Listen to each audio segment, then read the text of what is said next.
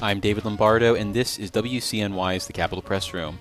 This spring, the chair of the State Senate Finance Committee, Manhattan Democrat Liz Krueger, suffered a stroke that led to a brief hospital stay and took her away from Albany's Capitol during the budget process, which she normally plays a major role in. But 4 months later, Senator Krueger is back on the grind, running for re-election, and is expected to win another 2-year term in the state Senate, where she has served for more than 2 decades. She joined us remotely to discuss her medical event and what's next for her public service. Well, Senator, I want to just jump right in, and I'm curious, what can you tell us about the circumstances surrounding your stroke in April and the subsequent road to recovery? So I didn't know a lot about strokes until I woke up one morning and I was not able to verbalize correctly. And I thought I was saying to my husband, I think I have to go to the doctor. But apparently gobbledygook was coming out of my mouth already. So he simply dialed 911 and had an ambulance come, which was exactly the right answer, because when you are having a stroke, and that's what he suspected, the most critical issue is getting to an appropriate emergency room as fast as possible. So in my case, I think it took about 3 minutes for the ambulance to get here and another 3 minutes to get to my closest hospital, which happens to be Lenox Hill Northwell. And very happily, they are excellent at strokes and neurological issues. They took a look and said, oh, yes, definitely stroke going on. By then, I was almost completely oblivious to anything happening to me. They did give me that drug they can give you in your first couple of hours of a stroke to decrease the damage done through blood clots. And it was a blood clot driven stroke situation. From there, I went into an intensive care unit for about 5 days where I was completely oblivious to anything happened to me.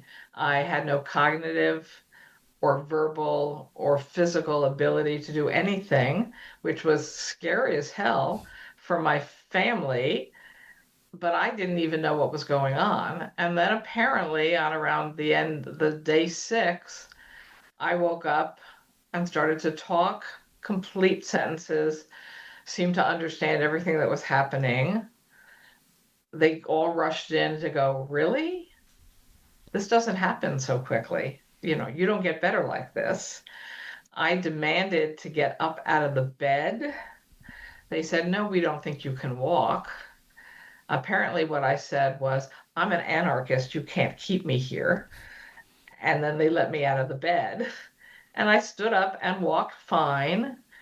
And literally, you had neurologists coming up from the emergency room going, this doesn't happen. And then I learned more and more about stroke. I was actually let out of the hospital 2 days later, allowed to come home. They said, you don't need rehabilitation and follow-up because you don't have anything wrong now, literally. Like you're functioning quite well. You'll be really tired, probably for up to 6 months. We don't want you to leave like a 5-block radius of this hospital for 3 months because people who have strokes, and this is also very important, I think, for public knowledge, if you have a stroke, you're most likely to have another one within 3 months.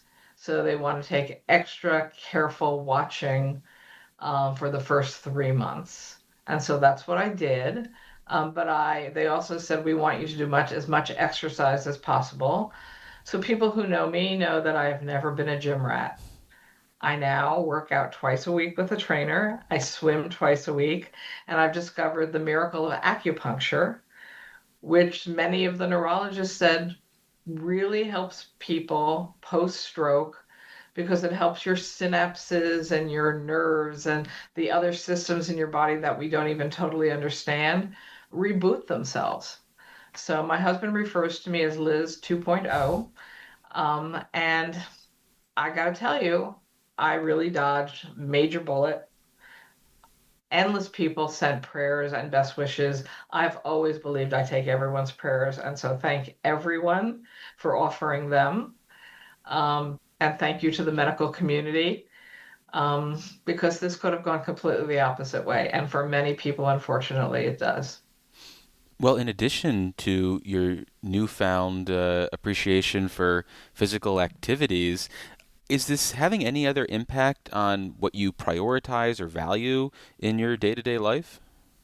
I think it reinforced to me how important public service is to me. I mean, not only have I always believed in it, and I've spent pretty much my whole life working in some capacity in public service.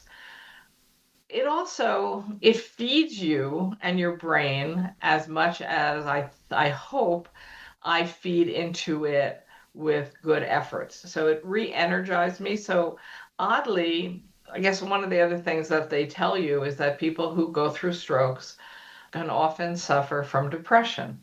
And that is actually a pattern. And that is not the case with me. I actually feel disturbingly euphoric each morning when I wake up. I say disturbingly because I know the world is in crisis. I know our world at this moment in history is filled with issues perhaps beyond our capacity to even understand, better yet fix.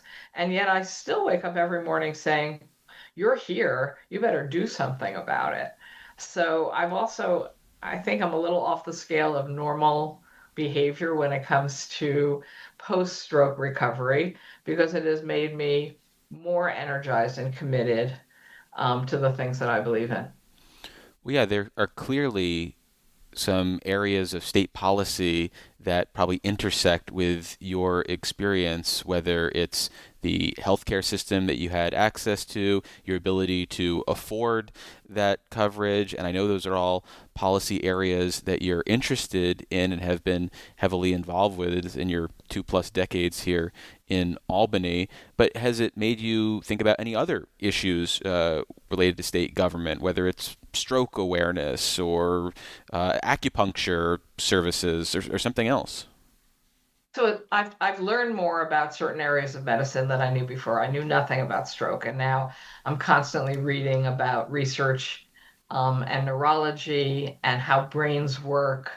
And some of it actually does overlap with issues I've already been concerned about. For example, I've worked hard over the years to help change the laws around young people understanding the dangers of traumatic brain injury from certain kinds of sports and requiring that information be provided from the high school level up. I fought against MMA becoming legal, even though that was pretty unpopular in a lot of the state, because I was exceptionally concerned and still am about the brain damage caused to the young athletes who get into those cages thinking that they're going to make a fortune. And statistically, most just end up with brain damage, not a fortune. And so now I have even some better understanding of that. I've also been very concerned about the growing patterns of addictive gambling behavior as we expand gambling in this state. And now I include the prediction markets situation as part of that giant gambling addiction problem. And I've learned more and more about how brains are actually trained to literally recircuit themselves to be addicted to the speed at which action happens on your phone, on your computer, in these gambling models, and how damaging it is for young people and for the future. I had a group of summer interns who wrote a paper on the dangers of prediction markets as gambling on young people and their inability to understand the importance of saving for their future as opposed to believing that sports betting was the solution or sports betting on these prediction market polymarket kashery entities was the right answer. And I liked their document so much that I put it in my newsletter to my district last week.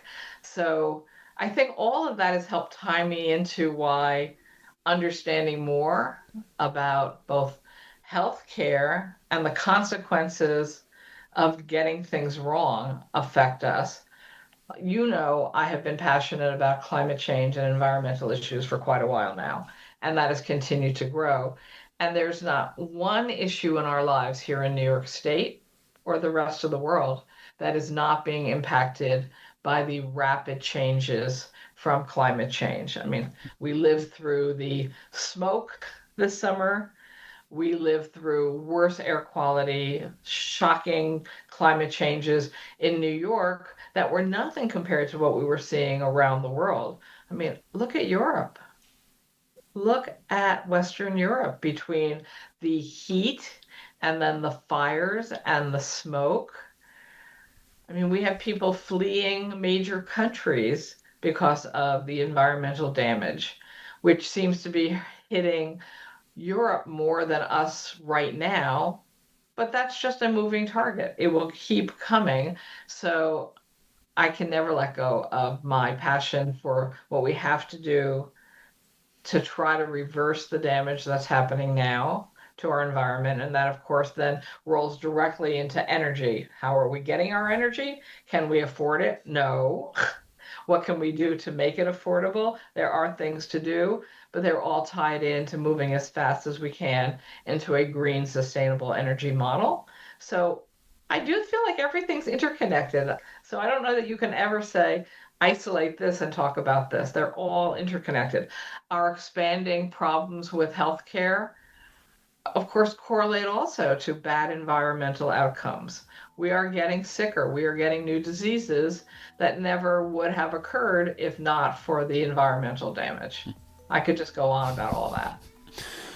Well, for more with State Senator Liz Krueger, a Manhattan Democrat who is on the mend after suffering a stroke in April, check out our Insider podcast, Dispatches from Planet Albany, where we get into a controversial bill impacting the marijuana industry that moved in the final hours of the legislative session, and explore her future leading the Senate Finance Committee. You can find Dispatches from Planet Albany at capitalpressroom.org or wherever you download your favorite podcast.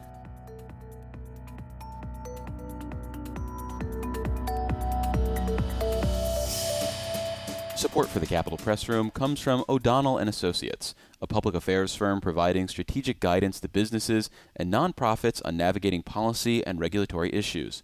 More information is available at o'donnellsolutions.com.